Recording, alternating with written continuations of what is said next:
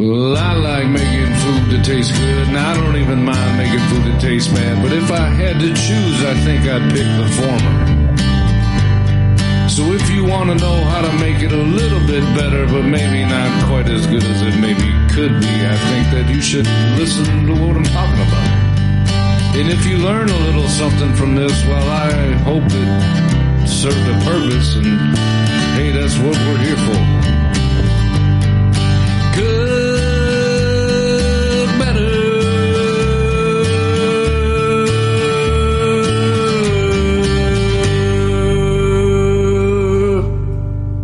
Nailed it. Woo! Hello, and welcome to the Cook Better podcast. My name is Corey, and I'm the host of this podcast, and I just wanted to say welcome. If you are listening for the first time, or thanks for listening again if this is not your first time. I have had a good last couple of weeks. It's starting to get into fall right now. Sorry if you can hear trucks in the background. It's starting to get into fall, and had a teaser for a couple of weeks here in Michigan, and then now it's hot again. And, I'm looking forward to it.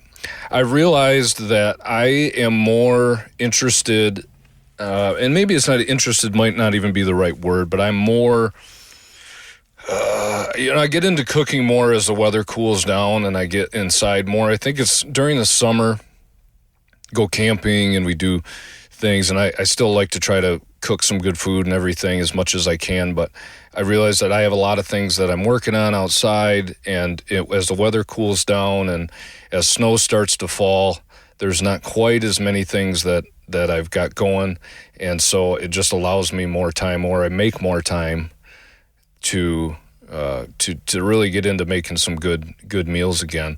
And like I said, it's been about 80 degrees the last couple of weeks, so it's really not full on fall. But we're looking for a downturn in the temperature here, so we can. Fall's my favorite by far. There's things I enjoy about every season. I think a lot of people. It's pretty common for people to say fall's their favorite or whatever. Winter's really the one that nobody ever that I know of says is their favorite. But there are things I like about it, as long as the sun's shining still. It does get a little gloomy, but I do enjoy the snow. Anyway. I don't know. This is, the last couple weeks, I've had a lot of different meals that I've made, and one of them we're going to go over on this episode, or I'm going to go over it. But before I get into the stuff I made last couple weeks, what am I trying to think of here? I am trying to come up with a better intro song to the meals from last week, and something a little bit different. I am still contemplating the getting a video podcast going, and just making this kind of taking it in a way to the next level. In some ways, it makes it easier and cheaper for me too. So hopefully, I'll be going on that pretty quick here. But I guess let's get into some of the things that I made last week. So I did make some chicken wraps. These chicken wraps, anything in a wrap, you're going to have tortillas involved.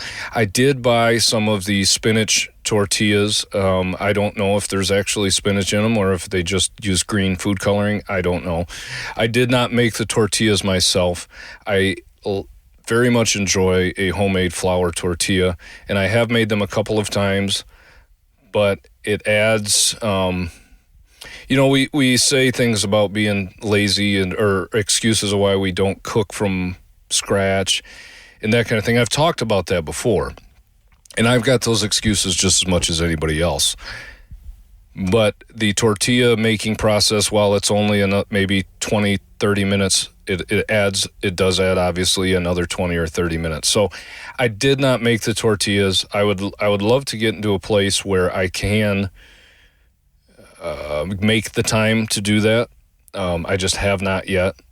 And same with making white sandwich bread. I need to start making that too. And I really need to look into, making the dough and then freezing, what you can freeze of the dough. Because that would make that process it'd be a bit of a process to make all the dough, maybe make, however many batches. But then if you can put them in the freezer and all you got to do is take them out, thaw them, and cook them, then that would make that so much simpler and a lot easier and less time consuming. I have not done any of that yet. I said all that for I don't know why, but I bought from the store some tortillas. So I had some spinach tortillas, and I bought the chicken, and I cut it up. It was chicken breast, and I just kind of cut it lengthwise and then cut it the short way. I didn't pound it out. These were pretty uniform thickness, and cutting them into cubes, roughly half inch by half inch, maybe a little bigger than that. When you do that, then it's not as big of a deal if a piece is thicker, because it's got a lot of surface area. It's going to cook through pretty easily, and it's really not that difficult. So I just cut those all up. I think I had 4 chicken breasts, and then I made a batter mixture, tempura type thing. I didn't really have much for wet in it, though. It was all just dry, so it wouldn't be a tempura, I don't think. But it's flour, cornstarch, garlic powder, paprika, onion powder, salt, pepper. I did use white pepper. I don't know why. It wouldn't matter. Use black pepper if you would prefer.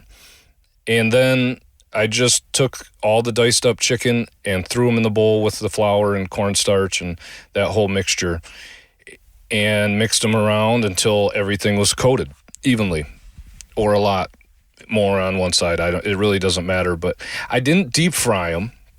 I just had a little bit of oil in a pan, and this was a nonstick pan, just a little bit of oil in there, and then put the chicken in there. And just the trick I've learned is not to move it too quick. Don't stir it up. Put all your chicken in the pan, and try not to crowd the pan. If you can, maybe do it in batches if you have to. But just to let it sit until that actually develops a kind of a crust with that flour and cornstarch. And cornstarch is used a lot in some of the batters on Asian cuisine. And that kind of just makes it a little bit more crispy than flour does alone. So I like to mix the two together. I didn't have a recipe as far as ratios. I just took the stuff out and shook it in and mixed it in a bowl to what I thought might be good.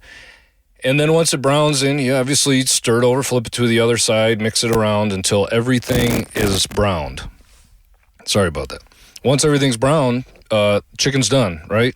So I do think, and that's what I like about a chicken wrap. It's a filling meal. It doesn't need a lot of sides. That, to me, is kind of a meal, maybe some potato chips or something like that. But I don't think you need to. You don't need to make a side vegetable and another starch or anything like that. Maybe if you wanted French fries or something, I don't know. I always go something simple with a wrap. It's a lighter meal. So one thing I do think that makes a big difference, because I've had them at restaurants, I go, man, these are so good. Why does this taste so much different than when I make it at home? And what I've realized is a good lettuce helps a lot in a wrap. You'd use iceberg. I've got some romaine lettuce for these, and then another thing you would want is some type of sauce. At least that's what I want. So I actually made a sauce. It sounded good. I wanted something with a little bit of a kick to it. I love a buffalo chicken wrap, and you can do a wrap like a barbecue chicken by putting the sauce in with the meat and coating it that way. I just left the meat plain because I know my kids didn't want a buffalo chicken wrap, so I didn't want to make all the chicken that flavor. I just put your individual sauce on, go from there. But I took some sour cream, and then I mixed some sriracha in with it, a little bit of red pepper flake, and then I took some lemon juice. And I didn't have a fresh lemon. I would say it's about a whole lemon worth of juice that I put in there, which maybe is a couple tablespoons. But I did of just a jar of lemon juice. And then just mix that up, and that was the sauce. I mean, it's sour cream, like I said, sour cream, sriracha, chili flake, and lemon juice. That's it. I might have put a little bit of salt in there too. Not 100% sure. But that made that, I did put garlic powder in there. Sorry. But it made a spicy sauce. That garlic powder Granulated garlic adds just a little bit of a kick. I saw a recipe for this, in all honesty. It was just a quick thing I saw, but the person that used it used raw garlic. And to me, it didn't sound good to have raw garlic in a sauce like that. The sauce was never going to be cooked. So raw garlic is not a flavor. I don't know. It might have been good. Might have been good with raw garlic. But to me, I like the garlic flavor in there, but a granulated garlic seemed to be the better way to go. A raw garlic flavor is just a bitter, and it hangs on for a long time too. Just be garlic breath for the next 2 days. So that's the sauce I made. Had some cheese, some tomato, some red onion, cut up some red onion, and made for a absolutely fantastic chicken wrap. Quick and easy, all together maybe a half hour, maybe 20 minutes. The biggest thing is that I had the chicken frozen, and so I had to thaw that out. My go-to method for thawing something out, I've used the microwave, and I've got a microwave that's got like a thaw setting on it. You put the weight of whatever you've got in there that's frozen, and it'll lower the power and take 20 minutes to do 2 pounds of chicken. So, but I've done that before. What ends up happening almost every time, though, is I get cooked edges of chicken, and then the inside's barely thawed out. So my go-to method now, if I've got enough time, is to put it in, just plug the sink and submerge it in water, or cover it with water, and go from there and let that do the job. And it thaws out that way a lot more evenly without cooking it is kind of the big thing with that. I'm not a huge fan of leaving it out on the counter. I like put it in water. I don't know why. It's in the package still, and where I get the chicken from, it's vacuum sealed chicken, so it's not like it's just raw chicken floating in water or something like that. That sounds pretty gross, but that way it doesn't cook until I want it to cook. After that, the next day, chicken has been a through line for the last while. I love chicken. I like beef too, but chicken's just kind of been the go-to lately. I did some roasted chicken with red skin potatoes and broccoli. This was a chicken thighs, skin on, bone in. Boneless chicken thighs are great. Where I bought them, they were all out of boneless ones. Bone in is fine. It's just a little more to eat around. But I did it the way I have been doing it for a long time. I put a couple pads of butter in a cast iron pan. I heavily season the chicken and set the oven at 425, and it takes about 20-25 minutes, and chicken's roasted and it's done. I've used Kinder's. They have like a roast chicken seasoning that's really good. Like I've said before, it does require adding a little bit of salt, in my opinion, but you can do whatever you want. And then I put, what did I put in there with that? Trying to think. Now I can't remember. The roast chicken, I don't know. There's other, or just do garlic, pepper, and salt. Granulated garlic, black pepper, and salt. That's a great seasoning for a chicken thigh as well. Chicken thighs have a lot of flavor compared to chicken breast. And if you get a decent chicken, it is pretty good just with minimal seasoning. But no matter what, you need some salt, and pepper is always, I don't know. Salt, pepper, garlic to me is kind of the minimum for chicken, and add some more flavors as desired. But the other thing I've got, let's see, what do we have? Oh, yeah, red skin potatoes. Now, this was an interesting thing, roasted potatoes. I've said before that I've been big into roasting lately. I was against it in the beginning. I am obsessed with it now because of the flavor, and just doesn't seem as oily as pan frying. I still love pan frying stuff, but I do really like the crispiness you get from roasting vegetables and roasting red skin potatoes. I did look on Pinterest. I was trying to figure out how long, not for a recipe, but for just a time, because sometimes you got stuff to do and you're trying to plan out things to be done at the same time. So I need to know how long I needed to roast these, and it's easiest just to get on Pinterest and search roasted Redskin potatoes, and it'll tell me how long to roast them. Or Google will do that too, I suppose.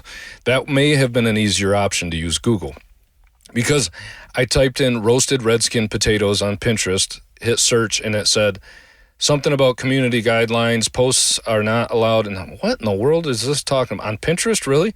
And there's a Redskin potato. Apparently that term, Redskin, is, and we all know why, that apparently is a racist term towards Native American people. Even though the football team was called the Redskins up until 2 or 3 years ago. And I get it, kind of, but this is cooking. Maybe if you just search that term. So then I'm thinking, what do you got to, so I just searched roasted potatoes, and then it comes up with a whole bunch of stuff. But if you put a space between red and skin, because the skin on the potato is red, right? And red potato, I think if you search roasted red potatoes, maybe it would come up. But to me, the flesh on the inside of the potato, I've had potatoes that are red on the inside. That's not what I don't know, maybe that's the same cook time as the skin of the potato on the outside being red. But it's like, man, people ruining everything. I hope it wasn't just like hopefully, I don't hope somebody said something bad, but I hope they actually made that rule because somebody said something bad, not because they're just like, we better.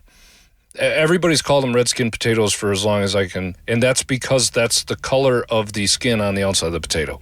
So that part to me was a little, I was surprised by that. It's the first time I've ran into that on Pinterest. So if you're going to figure out how to roast those kind of potatoes, you have to put in red potatoes, apparently. And I get why. I'm not saying they necessarily shouldn't have it, but it is a little surprising to me in some ways. Anyway, that's really neither here nor there. At 425, it takes about 45 minutes. And I cut those potatoes up into 4 pieces. And then after that, just put a little bit of olive oil on them, salt and pepper, and that was it. And put them on a sheet pan. They take about 45 minutes, so I got those going. Did that before I got my chicken started, and then I put my chicken in with about 20 minutes left of the roasting of the potatoes. Now, I did that because I figured an extra 5 minutes isn't going to hurt the potatoes. I wanted a brown, crispy skin, or try to develop a crust on the potatoes. So that's what I did with that. And then I just boiled some broccoli. I did boiled broccoli, salt the water like you would salt pasta, maybe not quite as much as you would for pasta, but it definitely is good to salt the water. It brings out a lot of flavor in the broccoli, and so that was a fantastic meal. Some roasted chicken thighs, roasted potatoes, and broccoli. Fantastic. Also made some meatball subs the last couple of weeks. Meatball subs are great. They're easy. I didn't make the meatballs from scratch, didn't make the bread from scratch, and I bought the cheese. None of this. This is like a quick dump meal, basically. You just do it onto your plate. And combine a sub bun with meatballs, marinara, or pasta sauce, and put mozzarella cheese over it, and it's absolutely fantastic. Great meal. And then last night I had some chicken brats, which were really good. Chicken in brat form, a little different. The casing's not as thick for some reason. I don't know why. It's probably just where I buy them from. But a great meal, and I like doing the Chicago style. I put some hot peppers on there.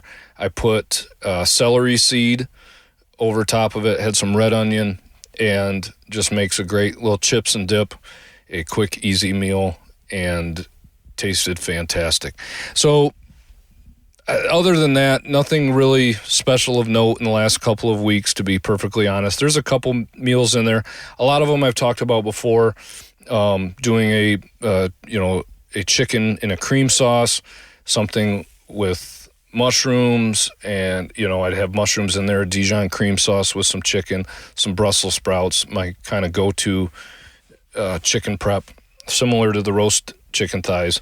But I guess let's get into the meal that I want to talk about this week, and this is one that I've made this past week, which was the stuffed manicotti. Now, Kathy had commented and suggested doing an episode on stuffed stuff. And I agree with that. I think that would be great.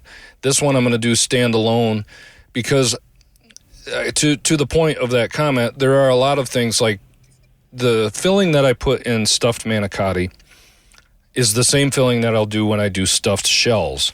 And I'm not Italian, if you did not figure that out. I don't even know that stuffed manicotti is an Italian dish. Definitely you have some Italian flavors involved, but whether or not it's an Italian dish, I really don't know. But even if it is, I'm sure the way I do it isn't authentic necessarily. And to be perfectly honest, if you look at a box of manicotti, depends what brand. I'm sure generic brands or the private label stuff might be a little bit different and may ask you or may not have a recipe, but I forget, Bertolli maybe is the brand I have bought. They had a recipe on the back that's actually fairly similar to what I normally do with it. And if you're not familiar with manicotti is a pasta shape, a pasta noodle, but it's a big one. I mean, it's, I think, about 4 inches long, and it's got about a 1 inch diameter. It's a tube, basically, with waves in it. And it's like a rolled up lasagna noodle almost. And you could do this a similar situation if you only had lasagna noodles. You could maybe cut them in half and just roll them over each other and have the same thing. Again, jumbo shells being stuffed with the same thing. All these are similar flavors, really exact same flavors, just a different delivery method. So use this recipe if you would like to do whatever you would like with any of those options. This would be great for a lasagna as well, just a normal layered lasagna. You just would have to make quite a bit more than what I did. But with the manicotti noodle, so you get a dry noodle, and I'm sure there is a way possibly to bake it using stuffing a dry noodle or an uncooked noodle and then kind of going from there. But I pretty much, I think about 2/3 of the way cooked these noodles. I got water boiling, salted the water, and then put the manicotti noodles in there for about 10 minutes. They were still al dente when I pulled them out, but they weren't like, you just don't want them so soft that they collapse on themselves. You want them to hold the shape a little bit. So that about 10 minutes is enough time to get them to start cooking and cook most of the way, but not completely cooked, so that way they can still hold their shape and you can use them. So I did that, boil them, and then take them out, put them on a sheet pan to cool off because I have to stuff them. And while it was boiling and during the whole process, I started mixing the ingredients for the filling. Now, I have done a couple different ways in the past, but what I really enjoy a mushroom in the filling. So I'll do a little bit of butter, dice up mushrooms into as fine of a dice as I can. You could leave them cut slices, I suppose, but I like to cut them up in a real fine dice, and the same with some onion and some garlic. Put those in a pan with some butter and saute them down until they really get soft. The onion needs to get soft, and a little bit of salt and pepper in there as well. So everything's kind of cooked down. The smell you get in your kitchen is absolutely fantastic with that stuff cooking. And while that's cooking, I get some ricotta cheese. Now, I think this is more, I'm doing air quotes here, traditional filling to use ricotta cheese, and get a larger tub of that.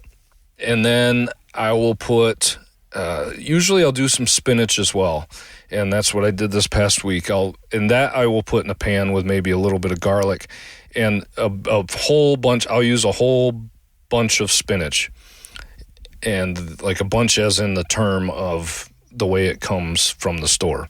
Or if you buy it in a bag at the salad aisle at a store, you can get baby spinach that way, and use the whole bag because it does shrink down quite a bit very quickly. And if you've ever cooked it, you just put like a nonstick pan and you just put the leaves in the pan, maybe a little bit of butter in there if you would like, but it really shrinks down quite rapidly once it kind of cooks down and let a lot of that moisture's off or cooked out or whatever, I take it out and put it on paper towel, and I will squeeze it and rinse it out because there is just so much water in spinach leaves that it will make a very sloppy mess in your manicotti if you do not rinse it out. So I will take that and paper towel, get as much of the moisture, wring it out, get another set of paper towel, do it again as many times as it takes to get it all dried as best you can, and then put it on the cutting board and chop it up into very fine pieces.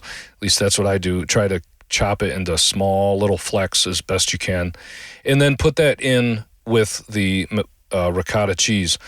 Once the onion and mushroom mixture is all mixed up or cooked down, take that and put that in with the ricotta cheese. Now, I'd like to let these things cool a little bit, both the spinach and the mushroom mixture, before I put it in the ricotta.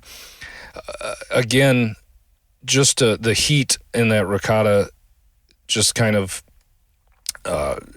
it doesn't really melt it, but I just like to cool it down a little bit so that it's not hot and cooking, because it does turn like a little more liquid again just from the heat. So if everything's cooler, you don't have that issue. And then mix it all together. Now, if you had some parsley, would be great to put in with this as well. A little bit of fresh parsley or dried, that would go good in it too. Maybe even a little bit of basil if you wanted to. I did not do that. I did use some parsley and mix that in, just cut up a little bit. And so all this stuff is in the bowl with this ricotta. Now, I have used, in place of some ricotta, if I only have half a tub of ricotta or not quite enough, I've used cottage cheese before. Small curd cottage cheese, a very similar flavor. You get a little more tang in a good way, but you get a little more tang with a cottage cheese than you do with a ricotta. One thing I forgot to mention as well is Parmesan. Get some fresh Parmesan, or, I mean, not fresh, the stuff's aged or whatever. You know what I'm talking about. Get a block of Parmesan and shave some in there. If you don't have a wedge to shave, use the green tub stuff. It's not going to be quite as good because that doesn't melt and combine quite as good as shaving it off the block because of the cellulose that's on it to keep it from sticking together, the anti-caking agent. I've hammered on this enough. Fresh stuff off the block is definitely better if you have it, or if you can get it. If not, use the green can stuff, because having that is still going to taste better than not having it at all. But mix all that stuff together. Now, with a manicotti, like I said, it's like a 1-inch tube, and this tube is difficult to fill with a spoon. So I have in the past gone out and bought piping bags, and I don't know if one of my kids or somebody used them and thought they were disposable and threw them away, because I got one of the thicker ones for icing and doing whatever. But a piping bag would be the way to go. If you don't have one, do what I did and use a Ziploc bag. I had like the 1 gallon Ziploc bag or half gallon, I don't know, the bigger ones. Don't have that, use a smaller one. If you don't have that, then use a spoon. It's just messier. You can just make whatever work. But I used a Ziploc bag, scooped all that ricotta mixture, the spinach, the mushroom and onion, the Parmesan. I had mixed all that together. If it's really sticky and it's not loose enough, maybe you could add a splash of milk to it or something like that. Definitely taste it for seasoning. Make sure you do have enough salt. Just see how it tastes before you fill your shells. Making that adjustment, obviously, at this point is going to be much easier than you're not going to be able to down the road. So that is what it is. Do it now. And then put it in a Ziploc bag, and then just take a knife and cut the corner. Cut that small corner in the bottom. And then that turns into a piping bag. And that's what I did. Fill it. Now, if you can get them to balance, it works well to stand up the manicotti shells and just pipe straight down in. Some of them will want to fall over, so if you can't get it to balance, then just squeeze it in from both sides, and they're ready to go. That's all you got to do. Fill your shells one way or another, figure out a way, and you're ready to cook. Now, I had bought a jarred salsa. No, definitely not. I said that wrong. I did not buy salsa. I bought a jarred pasta sauce. I've been using that Yuka app. I've mentioned it before on here, where you can scan and it tells you the sugar content of if something's good or bad on a rating of 1 out of 100. So if you scan a jar of ragu pasta sauce, it's like I don't know if I dare even say my guess, but I'm pretty sure it's under 10 out of 100, meaning very bad. A lot of sugar, a lot of preservatives, a lot of all kinds of other stuff. And so depending on where you're at, where you live, and what's available to you, obviously making it yourself using tomatoes and simmering them and using tomato and garlic and onion and basil is going to give you the best sauce. 0 sugar, let it simmer. The acidity and the seems to cook off, and the bitterness and like a natural sweetness somehow develops. Maybe a little bit of tomato paste in there as well.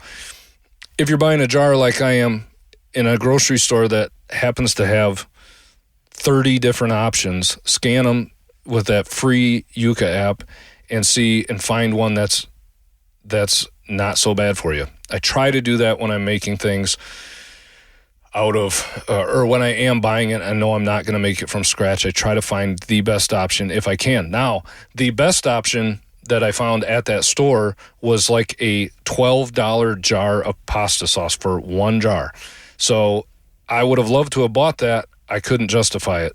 And so I bought a $4 jar, $4 or $5 jar maybe, that was on sale. That was like a 60 something out of 100. So much better than the 8 out of 100. Still not the best, but a good compromise in my opinion. But to flavor this, I had some sausage that we'd gotten from a pig. That might seem odd because all this pork sausage comes from a pig. This was a pig that was given to us, a bunch of sausage and some bacon. So I used that, browned that up in a pan first, and then put the sauce in with it. And so I had a pasta sauce. Usually I would use a burger, but this is an unseasoned sausage. It's pretty much ground pork.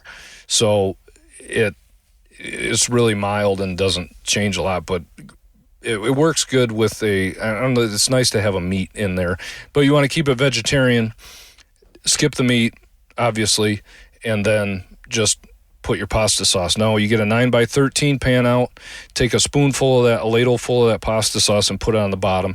That is an important step because it prevents getting a little bit of sauce underneath the manicotti, prevents it from sticking. Same thing with shells, or if you do a lasagna or anything like that, it just prevents from sticking.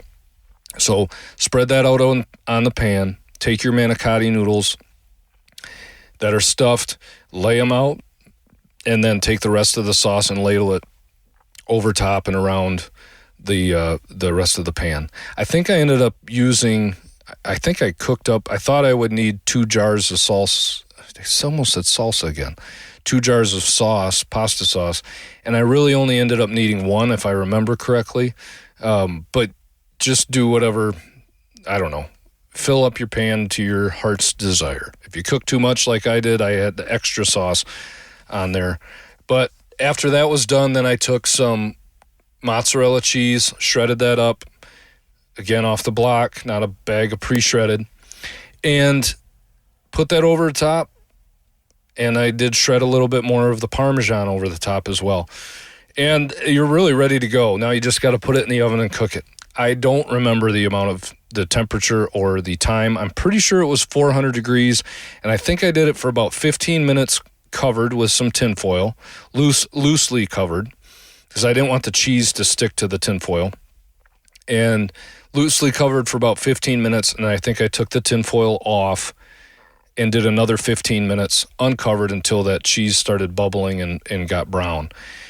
And this is a great, I just love the flavor combinations in this meal. Now you could do, if you're somebody who, if dairy's a problem, then you're probably sticking more towards the standard spaghetti with pasta sauce situation, just because that obviously is a lot of dairy between the ricotta and all the cheese. But I really like this meal. It's not an expensive meal, or comparatively, depending on how you do it. Now, this made actually 2 days worth of dinner for us with a family of 4. My kids are younger yet, so they're not eating an insane amount of food yet. But it's 2 days worth of food. Even if it's one, I mean, you got $2 for the pasta, $4 or whatever, $5 for the sauce. And then the ricotta is really the more expensive, couple dollars for the mushrooms. You got an onion in there. I mean, we're talking under $15 total for this meal. That's around $3 to $4 per person, depending. And like I said, this actually made 2 nights worth of meals for us. So you start doing the math on that. Now we're getting to $1.50 to $2 per person when you multiple days. And compared to a McDonald's trip or something like that, it's, it doesn't even compare. And as far as the healthier option, for sure, again, doesn't even really compare. So much better for you. So I just strongly suggest to give this a try if you haven't done it, or maybe you've never thought of it. It's just great. Like I said, substitute the ricotta for some cottage cheese if you want, or maybe you like cottage cheese better. I could totally see that. I could make an argument for that. I love ricotta cheese. The texture is kind of granular. It's an interesting texture if you've never had it, but it's very, very mild. So a cottage cheese has a little bit different of a texture, but it's also just, it seems to have more of a tang, closer to a, not really, I hate to say like sour cream, but there is more of a tang there. Now, if you have cottage cheese, but you don't want the texture of cottage cheese, you want it more like a ricotta, take an immersion blender or put it in a blender and just blend it up for a few seconds, and that'll give you more of your smooth, creamy or texture, more similar to a normal ricotta. Do that, try to fool people. I don't know. So that's what I got. That's the recipe, that stuffed manicotti. Try it. It's great. It's a good comfort meal. It's good on a cooler night, cooler day. Makes for just fantastic. And again, you can take it a step farther. Like I said, I bought a jarred pasta sauce. Take it a step further and make your own pasta sauce.